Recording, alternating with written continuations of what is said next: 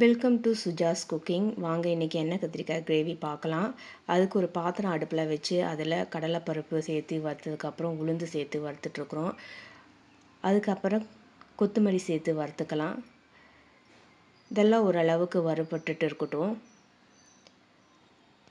இப்போ வறுபடுற ஸ்டேஜில் நம்ம இப்போது காஞ்ச வரமிளகா ஒரு 7-8 பக்கம் நம்ம சேர்த்திக்கலாம்.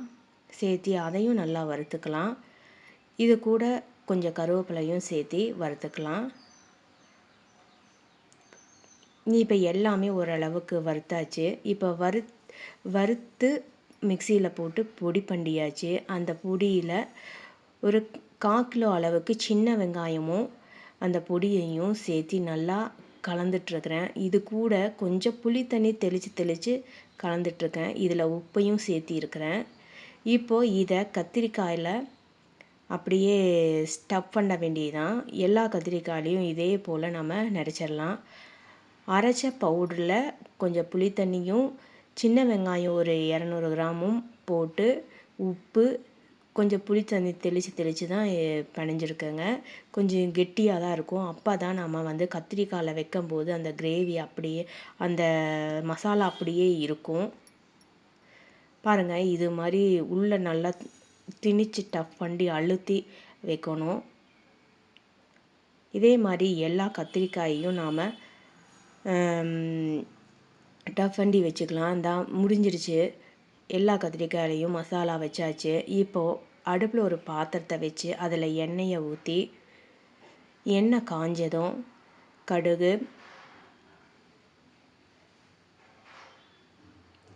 கடுகு பொரிஞ்சதும் இந்த டஃப் பண்ணி வச்சுருக்க கத்திரிக்காயை அதில் ஒவ்வொன்றா நம்ம சேர்த்திக்கலாம். பாருங்கள், இதை போல் நல்லா சேர்த்திக்கலாம். எல்லா கத்திரிக்காயையும் நம்ம இதில் போட்டுடலாம் எண்ணெயில். அது நல்லா வதங்கி வரணும். கத்திரிக்காயும் உடையாமல் இருக்கணும். நம்ம வதக்கிறதும் கொஞ்சம் ஓரளவுக்கு நல்லா கத்திரிக்காய் வேகிற அளவுக்கு நல்லா வதக்கிடலாம்.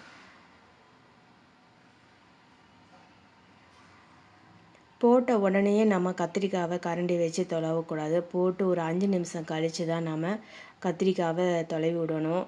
அதுக்கு முன்னாடி கொஞ்சம் மூடி போட்டு மூடி வச்சிடலாம். இப்போ ஓப்பன் பண்ணி பார்க்கலாம். இப்போ நாம் ஒரு கரண்டி வச்சு அதை நல்லா அழகாக திருப்பி விட்டுக்கலாம். அந்த கத்திரிக்காய் உடையாமல் இருக்கணும்.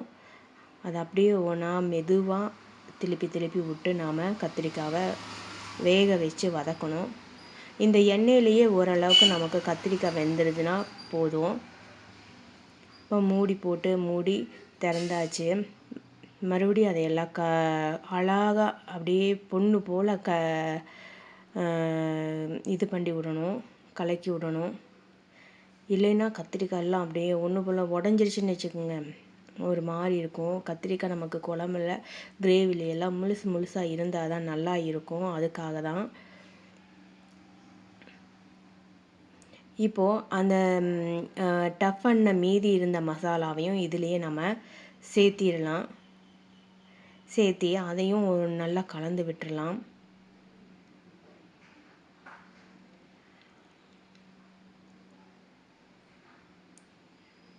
இப்போது தேவையான அளவுக்கு புளி கரைச்சி புளி தண்ணி ஊற்றிக்கலாம். புளி தண்ணி ஊற்றி கொதி வந்தாச்சு.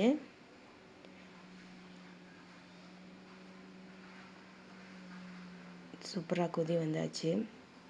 இதுக்கு மேலே நாம் அரைச்ச அந்த மசாலா பொடியை லைட்டாக ஒரு 2-2.5 ஸ்பூன் பக்கம் நம்ம தூவி விட்டுக்கலாம்.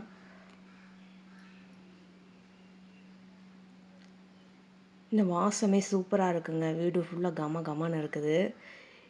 இது கடைசியாக நம்ம கொஞ்சம் பெருங்காயத்தூளை நம்ம இதில் சேர்த்திக்கலாம். சேர்த்து நல்லா கலக்கி விட்டுக்கலாம். பாருங்கள் எப்படி கொதிக்குதுன்னு. சூப்பராக கொதிக்குது. இப்போ கத்திரிக்காய் கிரேவி ரெடி ஆயிடுச்சு. கருவேப்பிலை தூவி மூடி வச்சிடலாம். இப்போது ஒரு தட்டில் சாப்பாடு வச்சு சாப்பாடு நல்லா சுட இருக்குதுங்க. இது கூட பாருங்கள் கத்திரிக்காய் கிரேவி சூப்பராக இருக்குது. கத்திரிக்காய் பாருங்கள் முழுசாக உடையாமல் அப்படியே இருக்குது பாருங்கள். ஒரு அருமையான கத்திரிக்காய் கிரேவி செஞ்சாச்சு. அதை கடிச்சிக்கிறதுக்கு அப்பளம்.